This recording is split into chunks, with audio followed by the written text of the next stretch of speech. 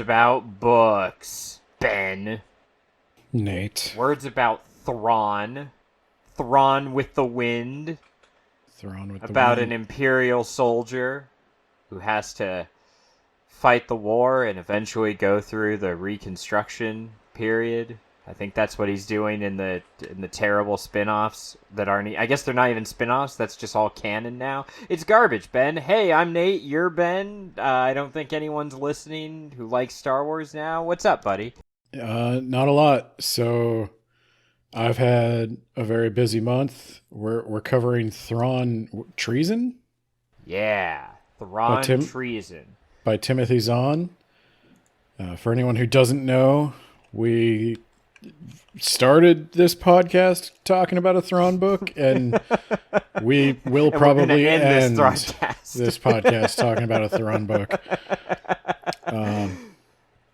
Yes, this is the final part of the Thrawn trilogy, not to be confused with the Legends Thrawn trilogy or the Thrawn Ascendancy trilogy or the Hand of Thrawn duology.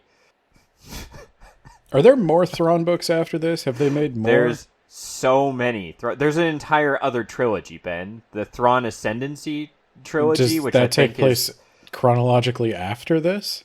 I think chronologically before. I think it's him as part of the Chiss Ascendancy. Oh. See, Ben, what happens chronologically after this, and I'll get into it, is Star Wars Rebels. A very mid-looking show. I'm just going to come out. Shots fired.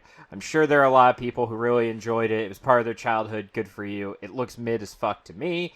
It's not part of my childhood, so I don't have fond memories of it. And it doesn't look like something I want to watch a large amount of. And Thrawn gets captured by, I want to say, space manatees or space cows or something that are... They magically teleport him and Ezra, last name I don't remember. I keep wanting to say Miller, but that's not it, to another galaxy. And that's where they find Thrawn at Shoka, which I hear is a very mid-series. And then Thrawn just hangs around for a while and helps build the First Order, a thing that I don't know anything about. Like, I don't know who they are. That? Yeah, exactly. I don't know who the First Order are. I don't know what they want. I don't know why Thrawn would build them up. I don't understand anything about the First Order, even after watching all three of those movies. And then Star Wars just ends, Ben. It ends with Rey Star Wars affirming her name, and that's it. Everything that you liked about it is gone forever, and there's nowhere else to go. And it sucks. So that's what happens chronologically after this. So obviously you had to write. I heard Andor was good. Yeah, I heard Andor was good. I didn't care for Rogue One, and I did not remember Andor's name after watching the movie, and it took me a while. And I think it's similar to like Lando's last name. It's like Andor. I think he's Cassian Andor or something. There you go. I think Andor is his last name. I heard Andor was good. I haven't watched anything to do with Star Wars since whatever episode 9 was called. Every time we talk about this, I cannot remember the name of episode 9. The Rise of Skywalker. You know why I can't remember or it? The Rise of Star Wars. Yeah, because there was no Skywalker in it. No, she totally became one at the end. But why? I don't even understand why. Because you needed... This was the end of the Skywalker saga, Ben. Her mentor was Leia, and she was in Organa Solo. But they had a divorce, I think. Okay, so she's Organa. She was never a Skywalker. But, Ben, she was also a CGI zombie, so like if you found out you were, this has nothing to do with Thrawn. If you found out you were like Hitler's child, but very fortunately you had been raised by another family and you already had their last name, under what circumstances would you go back to take the Hitler name to reclaim If it. you were going to start the Fourth Reich and start World War III, I'm sure that would come in handy. Well, that's where they go. Otherwise, That's where they go. you That's what Rey's maybe- doing. Rey's going to start the Second Order. Yeah, that's what we'll get into this in my conclusion thoughts, but that's stupid and lame, and I don't want to see it, and I can't imagine anyone else would want to see it after the... Oh, you said the Second Order. Sorry, I'm thinking of the New Jedi Order, and hers being the Second New Jedi Order. But also, wouldn't the First Order be called the Second Order? Like, I know I keep harping on this, but the Empire should be the First Order. Like, you know how Nazi Germany was the Third Reich? The second, the German Empire was the second, and the Holy Roman Empire was the first. He was trying to connect it to historical empires in the region, even if they had nothing to do with his horrible ideology. I think what we're trying to say is we're big Star Wars fans. Yes. I'm a big fan of these books. So I will say I like these books, and I'm sad that these books will eventually crash into the canon material like a derailed train. Yeah, maybe. I was going to save that for my concluding thoughts, and I'll probably bring it up again. But Could we I'll get try to Kevin stick J. to Anderson Thrawn. involved as an executive producer? I think he could save Star Wars. Only if we also get Brian Herbert in there. He is a book writer with a pedigree, Ben. Yeah, but he doesn't own Star Wars, so I don't think Kevin needs him for this one. Yeah, that's fair. Okay, so Timothy Zahn, we actually genuinely like Timothy Zahn. Yeah, So and Thrawn, and Thrawn, and especially this Thrawn trilogy has shaken out pretty well. yeah. So this is okay. So this is the same Thrawn trilogy we've been chipping away at. I read the first book after the second you read book. you read the second book first on accident, And I and described then it to we you. both And we both read the first one. And now now only I. Yeah, only you have read the third one because I got way too busy. So you're going to be like describing. poetry. It's like poetry. It does something. It's there. It's like poetry. It's there. No one buys it. It's like poetry. It's not marketable. So yeah, I guess you're gonna have to. This could be a Nate heavy episode, guys. I'm gonna sit back in my chair and I'm going to interrupt him. Yeah. All right. Oh, I guess. Set a scene for me. Paint a picture. Oh God. I didn't prepare for this, but we should do.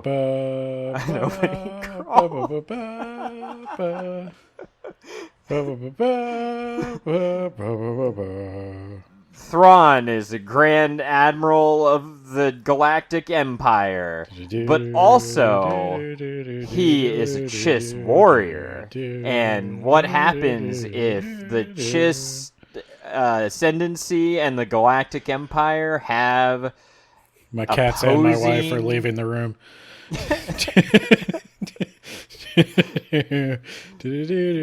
opposing goals? Who will he side with? And will he commit treason? Also, the Death Star is still kicking around. Okay, bye. I didn't hear that because I was singing, but I'm sure you did real good. Yeah, I did. So, the book starts out with a Chiss ship watching another ship and tracking it down.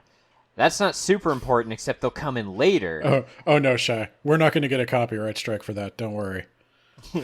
No, we've already tried this. The content ID is not going to match that one.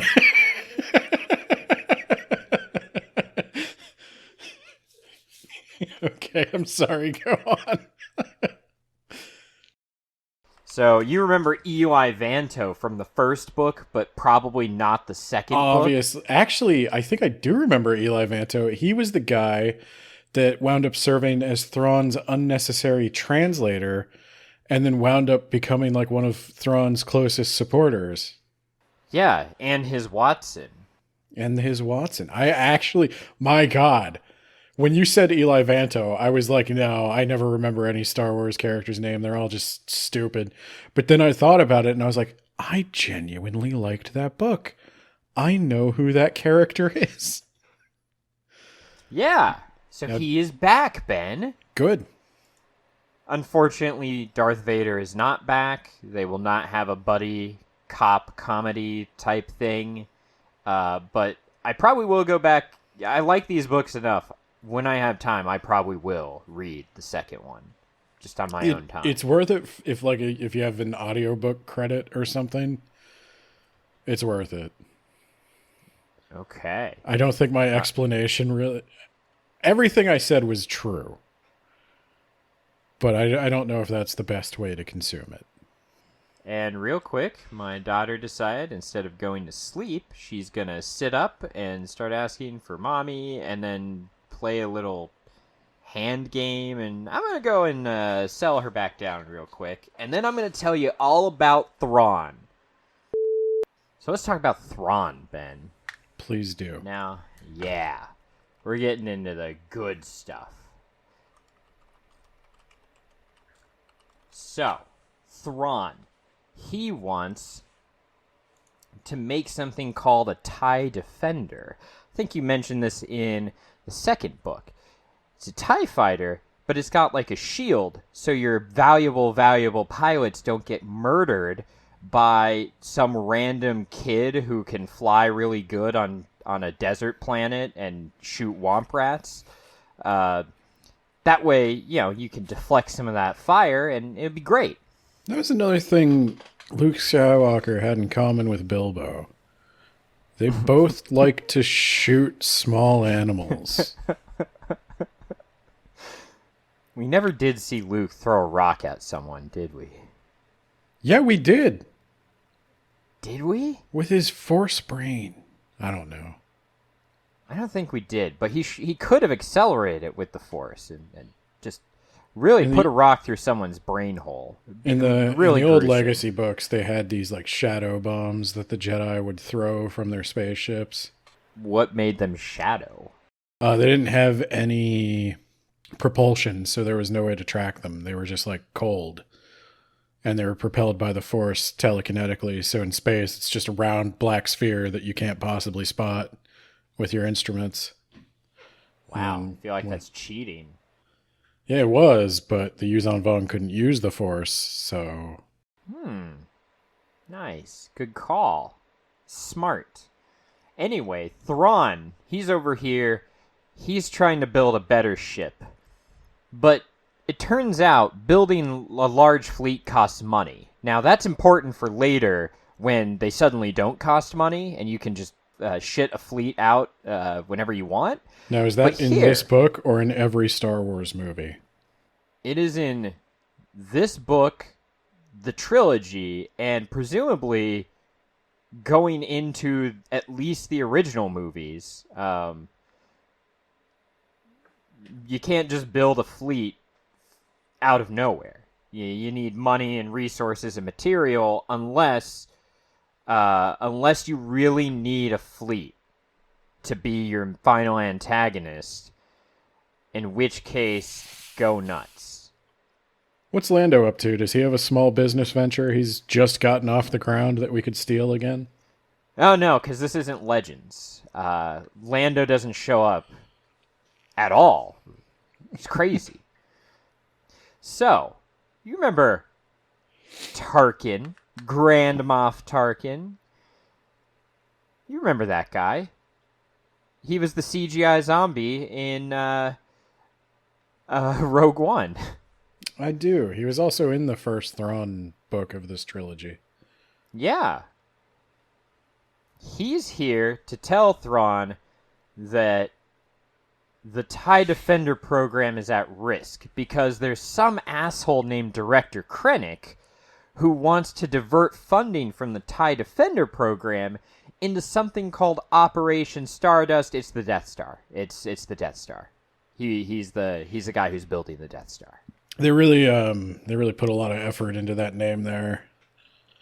We're gonna call it. Yeah. We need a code name, so we're gonna call it Operation Steath Star. and I don't think the rebels are going to crack that one. So yeah, we've got this super secret code name that literally everyone pretty much knows about in this book. Yeah. So we're gonna settle this problem of the funding the old-fashioned way, Ben. A wager. That's how the Empire does business. So there's a meeting between Thrawn, Grand Moff Tarkin, Krennic, the Emperor, and another Grand Admiral who's just kind of like hanging out there. God damn, Savit. Okay, so there's the reason that the Death Star needs all that extra money and is behind schedule is because their ships keep getting attacked by what are called Grolix, Ben. And what are Grolix? Thank you. Grolix are a species similar to, I assume, you know when Han is in the asteroid in Empire, and there's all those like things all over the ship. Asteroid worms. Oh no, those are Minox. Yes. Okay, you actually remembered the name. I did not remember the Minox name. Yes. Grolix are a cousin species to Minox. They're bigger, and they are much better at tearing ships apart. And they keep attacking the supply points that are going to Stardust. And so every time ships move through certain points in the sector, their ship gets... They lose some of them, and they lose all that precious cargo, Ben. And so we can't complete the Death Star on schedule because we don't have enough material. But if we just take away Thrawn's TIE Defender bullshit, we can get it back on schedule. And so, how about this? Thrawn, you got a week to solve this Grolic problem that's been plaguing us for years.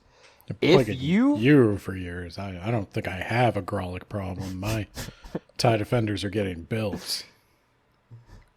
So, if you can clear those out, we won't need all that extra funding anyway.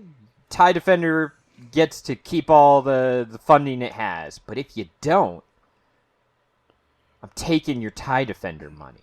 Counterwager.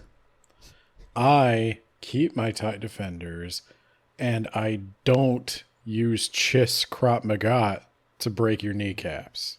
Unfortunately, as you are Thrawn, your one weakness is politics for some reason. So you accept this bargain for some reason? I wasn't being political. I was threatening to break his kneecaps. I wasn't proposing an amendment to the bill, sir. I wasn't trying to get, what do they call it? Pork something? Pork barrel spending? Yeah. I'm not good at politics either.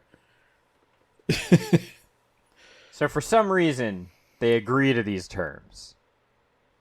And Vice Director Ronan is going to accompany Thrawn so that he can be really annoying and also so he can verify that the problem has been solved. Vice Director Ronan?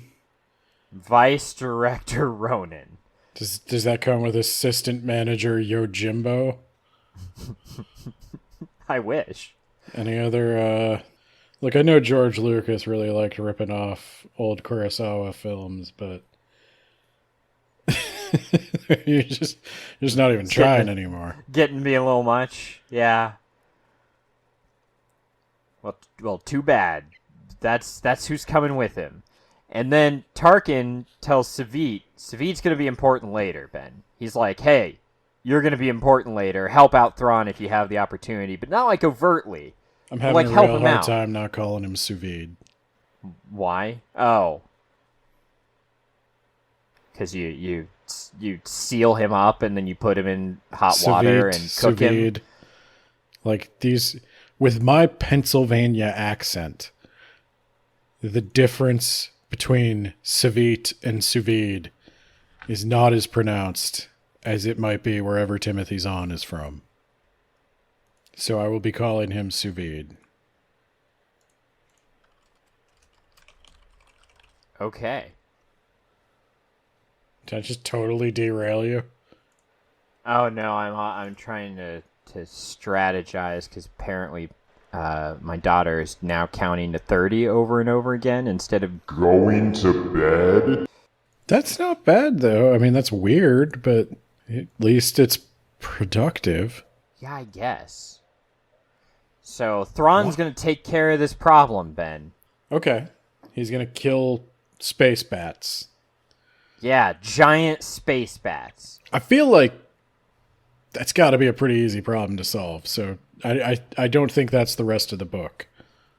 Yeah, yeah. So he goes to one of the drop-off sites, and while the ships are unloading onto other ships, because you got to maintain secrecy. So only my men can transport the goods after this point. Then, bam, space bats coming in. And It turns out there were no space bats. It's just as an extra security measure, we also blindfolded the men, and they were just driving into asteroids right and left. that actually would be fucking hilarious. Can you imagine? I solved your problem. Your problem is you're dumb. You gotta stop blindfolding the men. You gotta stop putting the bag over their head. You're supposed to take that off. What did Obi-Wan used to say? Flying is for droids. Why can't they just have robots do it? Because, Ben, do you trust a filthy, disgusting robot after they waged war on the entire galaxy, and also General Grievous? He was part robot, I think. Do you really trust a droid? Ew. Well, gross. as far as I know, the Empire wasn't really in the business of asking me what I trust. Yeah, but you know how Emperor Palpatine felt about aliens. He keeps... I guess that's in Legends, but also, I think, canon as well. I was going And to I say don't his, think he trusts his apprentice droids. was half robot, but he also kind of hated him too. So touche.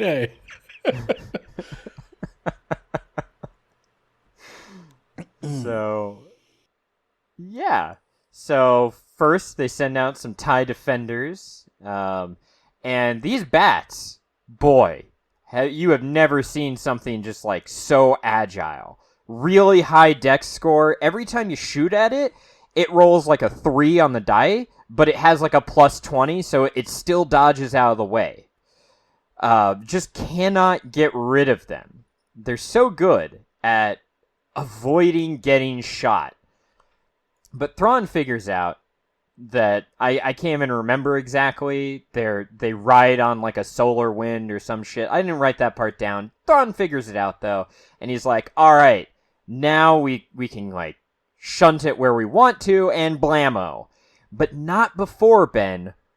One of the ships jumps to hyperspace. It's lost. They ate its power and they overloaded the jump core or whatever it's called in Star Wars universe land. Don't at me. And that caused the ship to make a blind jump somewhere, and the crew are probably all gonna starve to death or die, right? Like, damn. What a horrible way to go.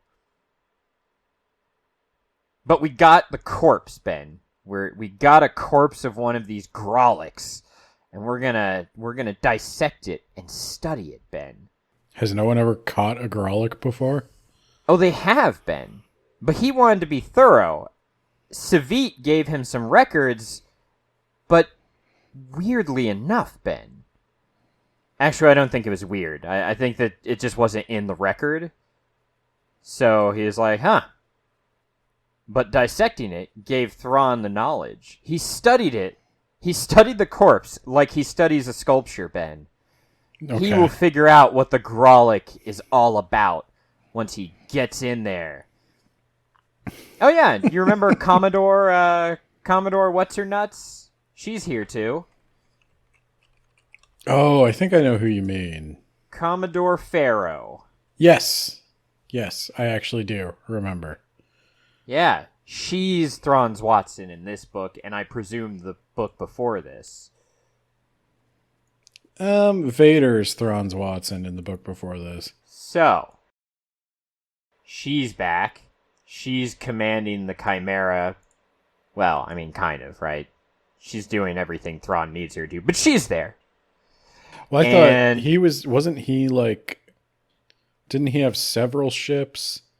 And she's yeah, like I wondered about that. I she's wondered the where his captain other of his ships flagship. were. She's the Commodore, Ben. Okay, don't you dare demote her to captain. You disgust me. Don't know naval ranks. But yes, she is the commander, which is even lower than captain. Now I'm doing it, Ben. She is the one, I guess, captaining. Fine, you win, Ben. Commodoring. So Thrawn doesn't bring in any of his other Star Destroyers. He's just on the Chimera, but I assume he has them because he's a Grand Admiral. Wouldn't he have several, like a fleet, basically? Well, he'd have more than an admiral, who presumably has more than a Commodore. And so Ronan is also trying to stir some shit up, Ben, because he wants this mission to succeed, but only after the time limit, so that they can be rid of the Grolic problem, but also get all that TIE Defender money. And he tells the Commodore Pharaoh, he's like, hey, you were gonna be the one commanding Task Force whatever, but Thrawn actually recommended that you don't be put in charge. Yeah, I'm stirring the pot. Maybe I'm full of shit, maybe not, but you haven't been requested to go back to Coruscant yet, have you? Exactly, I know things. How does that work for him? She tells him to shut up, and she occasionally doubts Thrawn, but then she's like, there are more important things right now, so I'm going to get my head back in the game and inquire about that later. I was going to say, Thrawn's crew are like fiercely loyal. That's like one of the things that makes him rewarding in the new books. Yeah, no, he's not just like generic bad guy with super smarts like he was in Legends. I guess he wasn't generic in Legends, but he was like needlessly cruel and evil at a few moments because he's Empire, so you gotta have him execute someone on the spot, right? Because Empire. It was once run by an evil space wizard. You gotta have the next heir to the Empire be an evil Sherlock Holmes type. A Moriarty, if you will. Yes. Except he doesn't have a corresponding Holmes, so it's actually little lame. A little lame. Yeah. Not as good as it could have been. Yeah, the what would be Sherlock Holmes in that book is just Luke and Han, and they're not even aware of the plot for most of it. So yeah, bumbling around for the first entire book. So yeah, Thrawn is great in this book. And anyway, he's like, I realized something about these quote unquote random jumps. I don't think they're random. Every time a jump is made when the Grolic attacks, it always goes to this vector, which could only be on one of these nearby stars. So I'm thinking bullshit. So he goes and checks it out, and they find a weird anomaly at the nearby star system, and so they jump over there, and it's like a chop shop in space, I guess is what I'd say.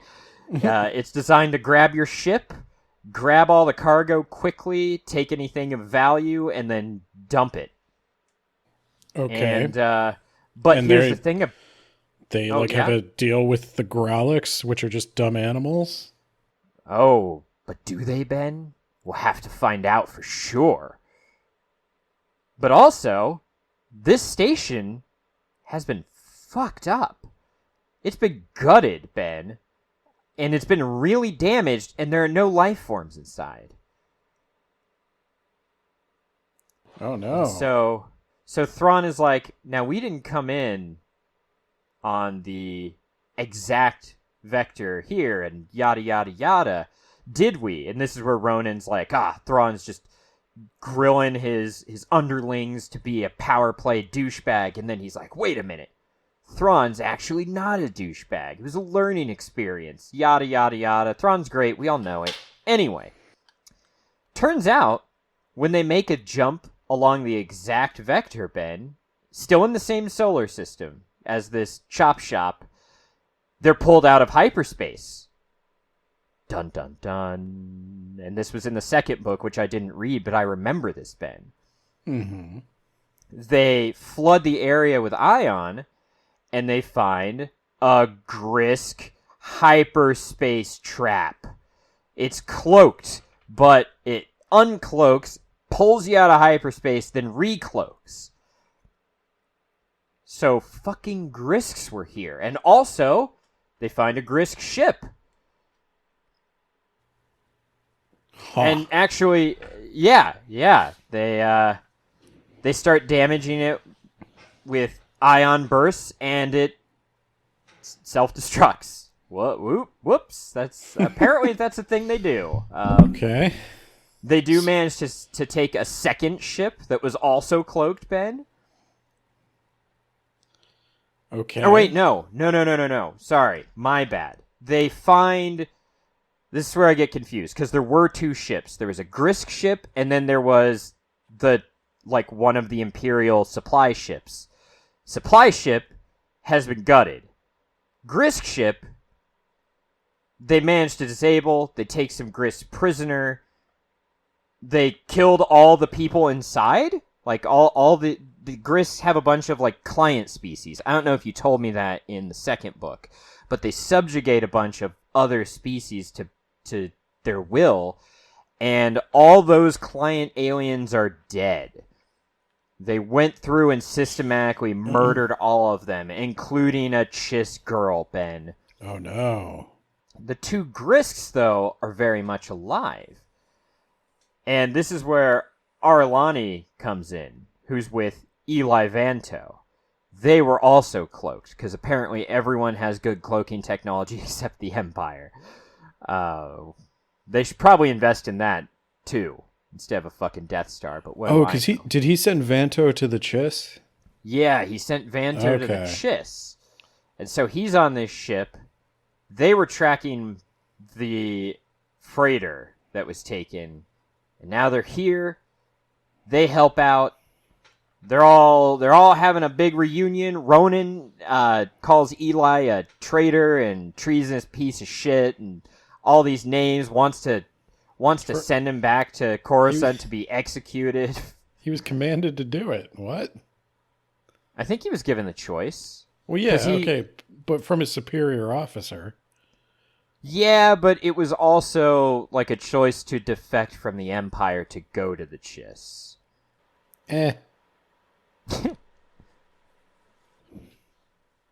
Okay, so how's Thrawn get him out of this one? Well, Eli is really good at looking at large amounts of data and finding patterns. That's his thing. So we're going to sift through a large amount of data on all the ships that were stolen and see if we can find something on there that is abnormal. And also, and Ronan is going to stand over him and watch the entire time because he hates Eli and doesn't want him to have that data. And so he's just going to stand. I imagined as they're in a college dorm room on board the Chimera, and he's just standing right behind him, looking over his shoulder the entire time. What are you doing? Carrying they the also. one? You son of a bitch, you would carry the one. That's a very alien thing to do. Using Common Core? Who taught you that? Yeah, because the Common Core is the Empire. You probably wouldn't even understand that because you're a fucking traitor bitch. They use Common Coruscant.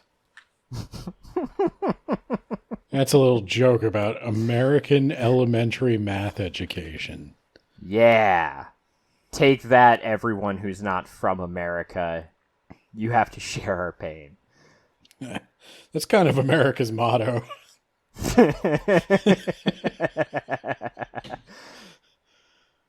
So, also, Ben, the Chiss. Okay, the Chiss girl. She was not dead. They examined her and they found she is a force sensitive, Ben. They use navigators to... Oh, sorry, that's stupid. Navigators to navigate? Sorry, they use force sensitive Chiss to help improve navigation. Kind of like they stole that from the Guild Navigators in Dune. That was in this. That was in the second book. Yeah, I remember that.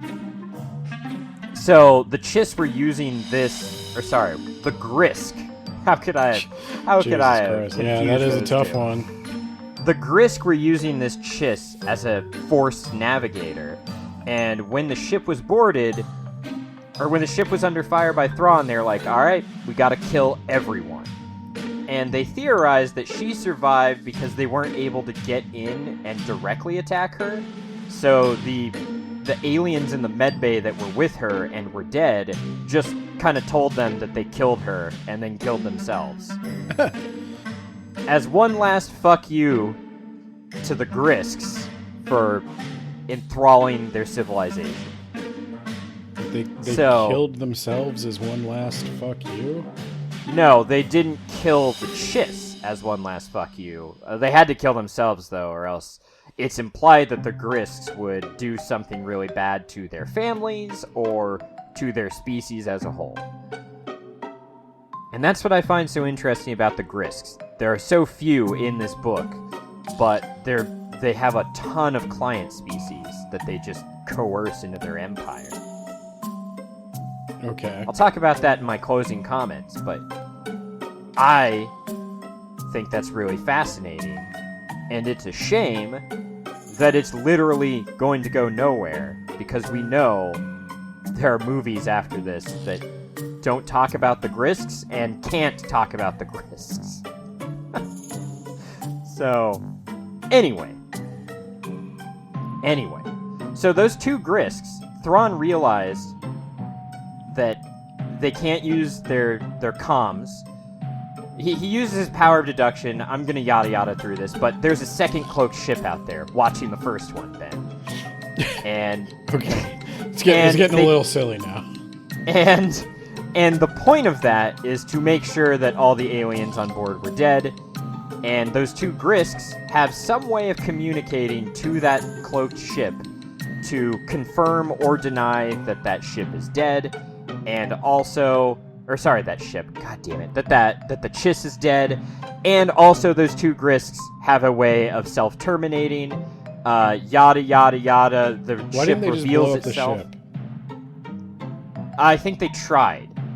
They do it later on, but this time, I think they got barraged with so much ion damage that all the electricals were out. That's why you need to have a backup bomb. You know what I mean? So they're just like, everybody kill yourself.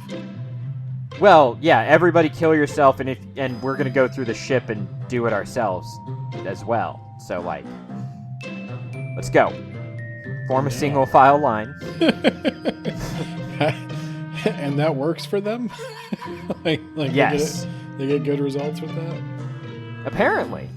Because that's just how insidious they are, Ben. They're so ingrained in their society and or their families. Okay. Kill yourself and your families won't die too. Anyway, yeah, those two Grisks do kill themselves after all this is done. The ship reveals itself, takes a shot. An impotent shot, because, Ben, they shot at some TIE fighters that were escorting the shuttle, right? The shuttle, and they assumed, Ben, that the shot would just blow up some TIE fighters, maybe hit the shuttle. Defenders. But they were TIE defenders. They were the Chad elite of the TIE program. And they had shields. So all they did was reveal themselves, fire some shots that were deflected off some shields, and then they bounced.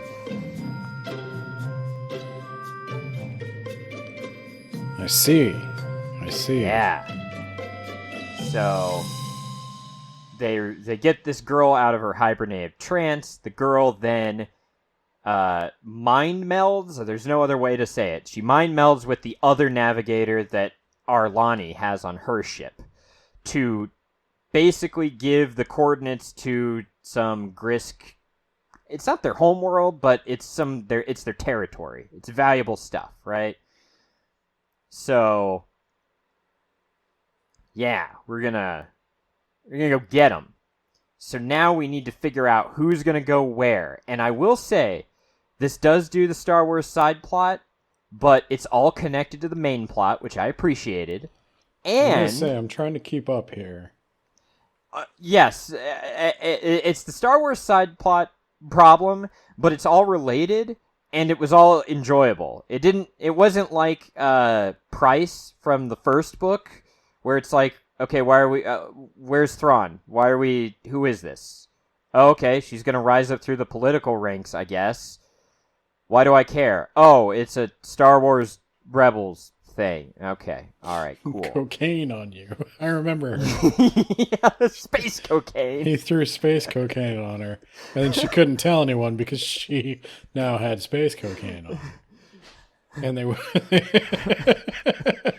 I remember that. So if I've got it right so far, so here's what's happening. Thrawn's got his TIE Defender program. Somebody's trying to shut it down and take his TIE Defender medals and such. And so he has to shut down a Grolic like swarm that's attacking spaceships. Yes. And when the Grolics attack a spaceship, they shoot off into hyperspace for no reason. Well, it's supposedly because their core was compromised, but as we're learning, it was purposeful because they all jump to nearby systems. And how are the Grolics animals? What are the Grolics? They are animals. So how do the Grolics make them shoot in that one direction? The ship is purposefully shooting in that one direction. Okay, so the ships are giving themselves over to the Grisk? No, Ben. That's where the plot thicket. Here, let me just explain this part so far instead of revealing it later. Okay. So this was a plot. third party, all right? It's going to be revealed that there is a substance that they're sneaking on board those specific cargo ships. It's like a gas, and when the gas is released, it attracts Grolics to those specific ships. Then, after the Grolics attack the ships, they pretend to have a core meltdown. They jump into hyperspace, but in reality, it's not a blind jump. It's a calculated jump to go to the chop shop. Then, they get all the cargo, they chop shop the ships, steal the cargo, bada bing, bada boom. But why are the pilots doing that? Because they're stealing the cargo. So the pilots are like men on the inside? Yes, they're men on the inside stealing the cargo and making it look like a Grolic attack. Okay? What they didn't expect is that there were going to be Grisks chilling around, right? And the Grisks find out about this operation. They go in, they kidnap all these pirates, they wreck the shit out of their station, and they shut down their operation, take all that cargo. The Grisks being here was not part of their plan. Okay, yeah. Sorry, there's a lot of G things. Yeah. Yeah. Okay. Okay. Yeah. So, also, this is important for later. Ronan sees the little girl navigator make a little hand gesture on the bridge and trip a guy. I don't know why she's doing this, other than maybe just to be a dick. But Ronan's like, she's a motherfucking Jedi. Does Thrawn know? Is this all a secret plan of Thrawn and the Emperors to find all the Jedi amongst the Chiss and weed them out? Yes, that must be it. Genius plan. Even though I hate the Emperor, I'm gonna constantly talk about how the Emperor is an old, evil space wizard piece of shit. But he's gonna help Thrawn root out all these Jedi. Genius. Look, I won't deny that the Emperor is probably the smartest man in the galaxy. It's just that says more about the galaxy. Yeah, it really does. It really does. I love democracy. Spread managed democracy throughout the galaxy.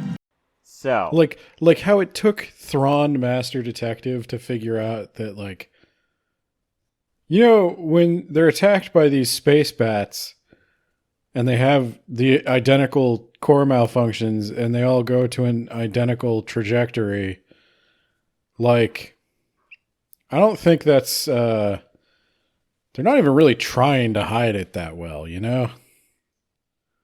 yeah, and Eli finds out that there's a lot of components on those ships that shouldn't be there. Like, most of it's just, like, food stuff and random alloy and blah, blah, blah. But there's also turbo laser parts, Ben. Turbo laser parts. That's larger than the average laser. It's the green laser, Ben. It's green, so you know it's deadlier. Yes. I would imagine a blue or a purple laser would be even more powerful, or perhaps an ultraviolet. I don't know anything about lasers. I'm actually comfortable saying Timothy Zahn. You just go up the visible spectrum. Timothy Zahn 100% knows more about lasers than I do. Unfortunately, he's chained to what George Lucas put in the Star Wars movies. I always thought that the green lasers and the red lasers were just there to differentiate who was shooting what. Yeah, it's an easy visual it's cue. not. Yeah. But now it's like the green lasers; those are turbo lasers. They're That's more turbo than the average laser.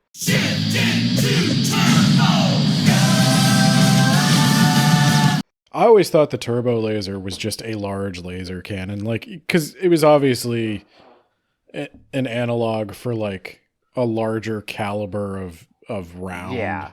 Like, Yeah. Battleship versus, like, a destroyer or something. yeah. Yeah. So, together, Thrawn and Arlani, who is also an admiral, but for the Chiss, and One Commodore of those one-ship Pharaoh. admirals. Yeah, those weird one-ship admirals that keep turning up. Anyway, Savit is a much more, he's what I imagine an admiral to be. He's sitting at a desk most of the time, just, like, chilling out and flaunting his rank over everyone. He doesn't actually board a ship until the end. So, Ronan, Eli, and 2 Death Troopers, they're going to go off and find out. So there's a lot of yada yada, but they think the local governor where those ships came from has got her hand in the cookie jar. You know what I'm saying? The turbo laser jar. Took the cookie from the cookie jar. Governor Haviland. Took the cookie from the cookie jar. So Maybe she's hiring some pirates. She's putting this extra cargo on board those ships at the source, and then presto changeo, she steals stuff right under Stardust's nose, which is pretty easy to do. Okay. So, You think Timothy Zahn ever worked, like, a really boring logistics job at some point in his life? And, like, had a fantasy about, like, getting even. the logistics hero? Like, you know who's really in charge of all this? You know who's the man behind the curtain? The guy deciding where the packages go. Yeah. Everybody thinks they're big and important. But you know what? If the deliveries don't arrive on time... So, Thrawn and Arlani and the Navigator and Commodore Pharaoh, They go to a nearby system using the navigator's coordinates, and they start blasting. I think they find... No, wait, no. Okay, they find 3 ships, Ben. 2 ships tethered together, and then there's a cloaked ship, and it's some sort of communication array, yada, yada, yada. They kept explaining this to me. I don't know if it came up in the second book or not, but I was like, okay, sounds like 2 ships. Got it. So the Grisk are going to... Basically, Thrawn is trying to bait them to be like, hey, I'm here. You gotta come in here and take care of me because I know you're encroaching Imperial space and you don't want the Empire to know that yet. You want the Empire to think you're a faraway issue, but you're here. And this is gonna be a big, serious problem. Definitely not going to end with Rey Star Wars.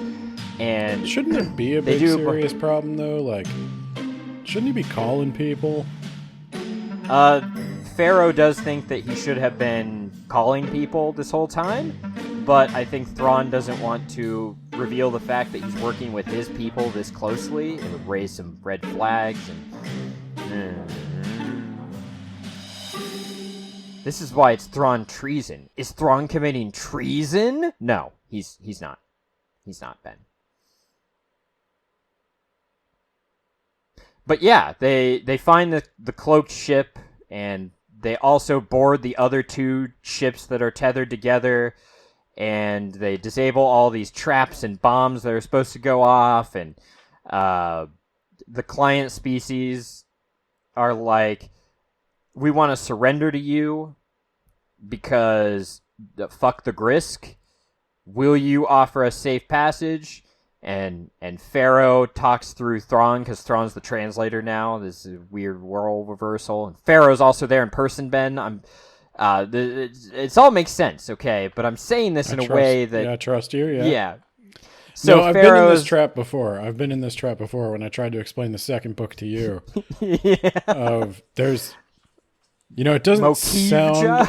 It doesn't sound like it's so... There's only 5 parking spots. Yeah. I remember this. It doesn't sound... It doesn't read... Hang on a sec. It doesn't read as boring as it is.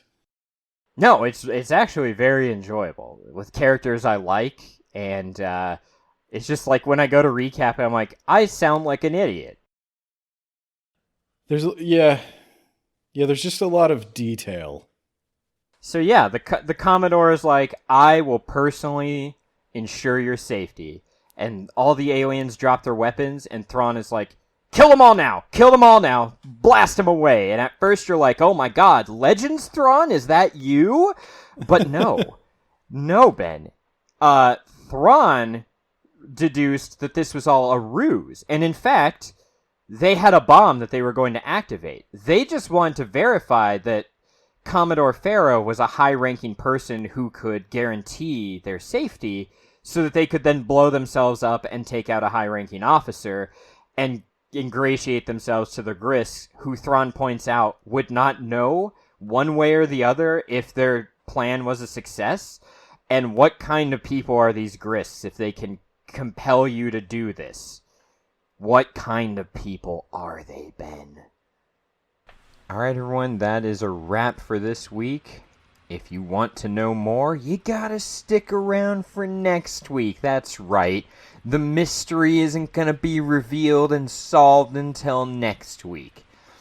So, I'd like to thank all of our patrons, but an extra special thanks to our Yacht Plan tier subscribers.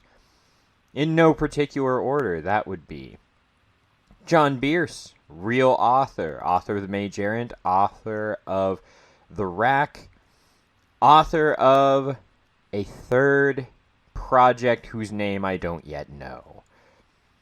You've got Isekai Sensei Sama from that time I got reincarnated in the same world as an anime podcaster podcast. You've got Jamie, the Gravy Man from the If You Want the Gravy blog, where he reviews everything except books or else. And then you got Shy with a Y, who I think has a TikTok, until it gets banned by the United States government at least. Okay, bye.